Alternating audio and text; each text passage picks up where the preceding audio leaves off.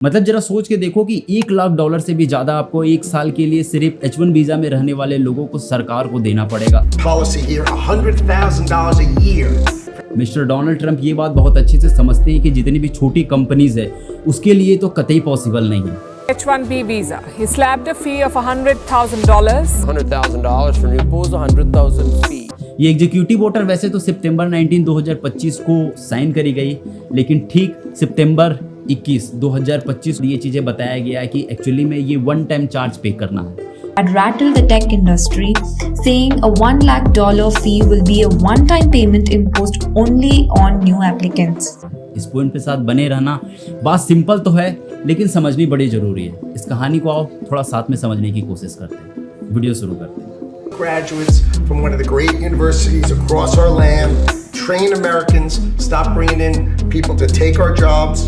That's the policy here, $100,000 a year for H1B visas, and all of the big companies are on board. हालांकि ये बात तो हम और आप जैसे समझते हैं कि यूनाइटेड स्टेट्स जिस तरीके से आगे है, चाहे वो अपनी टेक्नोलॉजी, इनोवेशंस, एग्रीकल्चर और लोगों के हेल्थ केयर के मामले में रहा हो, इस मामले में वर्ल्ड वाइड टैलेंट को चुनकर लाया गया और वो लोग काम कर रहे हैं। लेकिन हमारा यही तो पॉइंट है ना कि जो लोग जाते हैं वो वीज़ा के लिए जाते हैं। यहाँ पे बेसिकली जो सबसे बड़ा इशू उठाया गया है वो H1B वीज़ा प्रोग्राम को लेकर। बड़ा ही सिंपल सा H1B वीज़ा को समझने का तरीका दोस्तों कि यूनाइटेड स्टेट में जितनी भी स्किल्ड वर्कर हैं जो फॉरेन कंट्री में रह रहे हैं उन लोगों को अलाउ करती है यूनाइटेड स्टेट आकर पर्टिकुलर फील्ड में काम करने के लिए, ये स्पेशली वर्क करने के लिए भी होता है। हालांकि टेक्निकली अगर देखोगे तो ये H1B वीज़ा जो है बेसिकली परमानेंट रेसिडेंस का भी काम कर देती है। इसके साथ रहकर आप ग्रीन वीज़ा के लिए भी यूनाइटेड स्टेट में अप्लाई कर सकते हो, जबकि अगर आप दूसरे वीज़ास के साथ आओगे O1 जिसे मैं अभी आगे बात करूंगा उसके साथ ये पॉसिबल नहीं होता है। हालांकि कोई बहुत बड़ी चीज़ नहीं है। 1990s में ही जो ये वीज़ास थे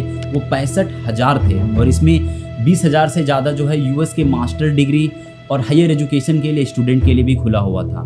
इन टोटल में अगर देखोगे तो 85,000 न्यू वीज़ा हर साल रिपीट होने थे। चीन और सिंगापुर जैसी कंट्री है, इन लोगों के लिए जो H1B वीज़ा का प्रोग्राम है इसके लिए 6800 सीट पहले हटा के रख दिए गए थे।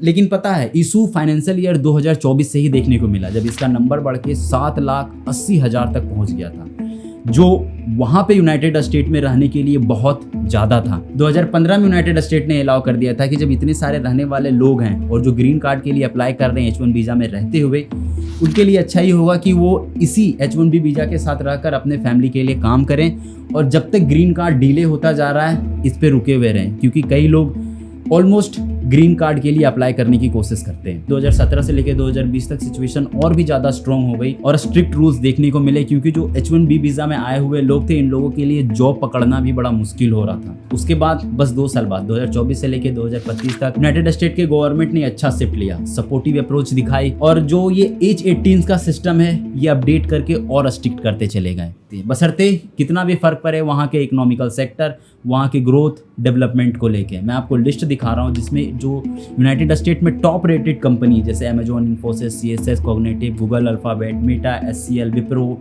एप्पल, इंटेल में देखो A1B वीजा अप्रूवल मिली थी यूनाइटेड स्टेट में। 1000 से ऊपर ही मैक्सिमम संख्या है लोगों की। अमेजॉन का आप अगर डेटा देखोगे तो 6000 में जितनी अप्रूवल मिली थी उसमें ऑलमोस्ट नियरली टू 73%, मतलब 4,500 से ज़्यादा लोग सिर्फ और सिर्फ इंडियन थे। इस लिस्ट को अगर आप अच्छे से देखो तो विप्रो जैसी IT कंपनीज में 1000 से ज़्यादा स्टाफ सिर्फ इंडिया के काम करते हैं यूनाइटेड स्टेट में। यही फरवरी 2025 का डेटा है जहाँ पे अमेरिकन कंपनी 1100 स्टाफ को हटा दी, जो H1B वीज़ा पे इंडियन गए हुए थे उसे अपने काम पे रख लिया। इससे यूनाइटेड स्टेट के इकोनॉमी में भी बैकलैशेस देखने को मिल रहे हैं। वैसे ये वीज़ा के लिए जो पिटीशन फाइल करी जाती है उसमें फाइनेंशियल ईयर 2023 का अगर आप देखोगे तो 3,46,000 लोगों की पिटीशन अप्रूव हुई थी, जिसमें 69% एम्प्लॉय ने अपना वापस से काम कंटिन्यू कर सका। इसके बाद जो ट्रेंड था 2024 में ये पिटीशन 65% अप्रूवल हुई, पहले से तो बहुत कम है। फिर क्या, सितंबर 19, 2025 को जब प्रेसिडेंट्स ने एक्चुअली में एग्जीक्यूटिव ऑर्डर साइन करा H1B पॉलिसीज को लेके, सबसे बड़ा कॉन्फ्लिक्ट यहाँ पे ये है कि $1 लाख, मतलब इंडियन रुपीस में आप देखोगे तो 80 लाख रुपए सिर्फ नौकरी करने वाले रहने वाले लोगों को देना पड़ेगा यूनाइटेड स्टेट को। एक फी कह सकते हैं हम वीज़ा के नाम पे। और ये इतना बड़ा इशू है कि सिर्फ अगर हम लोग IT सेक्टर में काम करने वाले, जितनी मैंने आपको टॉप लिस्टेड कंपनीज बताएं उसके बिल्कुल हाई स्किल वर्कर को अगर हटा दोगे तो किसी की सालाना सैलरी नहीं होगी। जरा एक बार सोच के देखो कि ये सडन नेचर सिर्फ यूनाइटेड स्टेट में रहने वाले जो फॉरेन स्टाफ वर्कर्स हैं उसके लिए ही कॉन्फ्लिक्ट की बात नहीं थी। जो ऑलरेडी ट्रैवल करने के लिए आए हुए थे इंडिया से बाहर, उसे भी सडनली यूनाइटेड स्टेट में शिफ्ट करना पड़ा। हालांकि वैसे रियलिटी तो है मेरे दोस्त कि एक्चुअली में रियल डिबेट तो चल रही है। एक तरफ कॉर्पोरेट कंपनी जितने ले ऑफ में स्टाफ से काम करवा रही है, जिसका अच्छा खासा मुनाफा है, जिसका इम्पैक्ट इंडिया में भी इसका असर पड़ता है देखने को। हमारे इंडिया में जितनी भी फॉरेन कंपनीज हैं, इसका आधा से ज़्यादा काम का कंटेंट तो सीधा यूनाइटेड स्टेट पे ही चला जाता है। और यूनाइटेड स्टेट की खुद की अगर टेक इंडस्ट्री को हटा दो तो जितने भी एग्रीकल्चर हो गए, हॉस्पिटल सेक्टर हो गया, इवन स्टूडेंट्स हो गए, ये सब भी कहीं ना कहीं वहाँ के इकोनॉमिकल ग्रोथ में काम करती है। खैर ये बात हम लोग तो बहुत अच्छे से जानते हैं कि अमेरिका के प्रेसिडेंट डोनाल्ड ट्रंप जब से अपनी प्रेसिडेंसी के पीछे आए हैं, ये जो फॉरेन वर्कर्स वाला बात है इसको लेके हाथ धो के पीछे पड़े हुए हैं। और स्पेशली इंडियन वर्कर के साथ तो इनका और बुरा डिसीजन देखने को मिलते आ रहा है। सीधा चैलेंज है यहाँ के IT कंपनीज को लेके कि या तो लो वेज पे अमेरिका के खुद के स्टाफ रख लो, या तो आपको हाई स्किल्ड अगर वर्कर रखने हैं तो इसके लिए सीधा एक अच्छा खासा बड़ा चार्ज पे करना पड़ेगा। No more will these big tech companies or other big companies train foreign workers. They have to pay the government $100,000, then they have to pay the employee.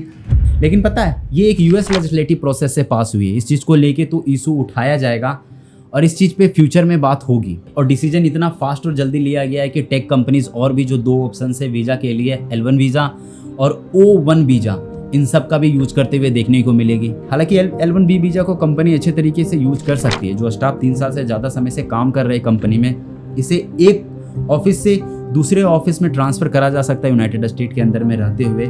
इसके अलावा जो कंपनी है O1 वीज़ा का भी use कर सकती है। Specifically field higher knowledge रखते हैं उसको हायर करने के लिए ये O1 वीज़ा का यूज करेगी, जिसमें बेसिकली H1 वीज़ा के जैसा इशूज़ नहीं देखने को मिलेगा। इतने सारे ग्लोबली इकोनॉमिकल और इवन ग्रोथ वाले फील्ड में जब डिफेक्ट देखने को मिलता है तो ऑब्वियस सी बात है कि कंट्री की कमर टूट जाएगी। चाहे आप कितनी भी इकोनॉमिकल सपोर्ट के लिए अगर कंट्री के अंदर से स्टाफ को लाते हो तो उसकी ट्रेनिंग, उसकी एजुकेशन, उन सब का बजट उठाना पड़ेगा। अभी के टाइम पे AI जैसा फील्ड जो इतनी तेजी से ग्रो कर रहा है, इसके लिए इंडियंस और अदर फॉरेन जो हाई स्किल्ड स्टाफ हैं उसकी कितनी ज़्यादा ज़रूरत है। इतनी जल्दी एग्जीक्यूट करना, अपने ही कंट्री के वर्कर्स को ट्रेन करके करना, ये पॉसिबल नहीं है। खैर मेरा इस पॉइंट पे यही कहना है कि इस पॉलिसी को लेके तो बदलाव आएंगे, क्योंकि अभी ये डिबेट और लंबा चलेगा। और ऐसा भी नहीं है कि जितनी भी इंडियंस और फॉरेन वर्कर्स हैं इन लोगों के लिए कोई दूसरा ऑप्शन नहीं होगा।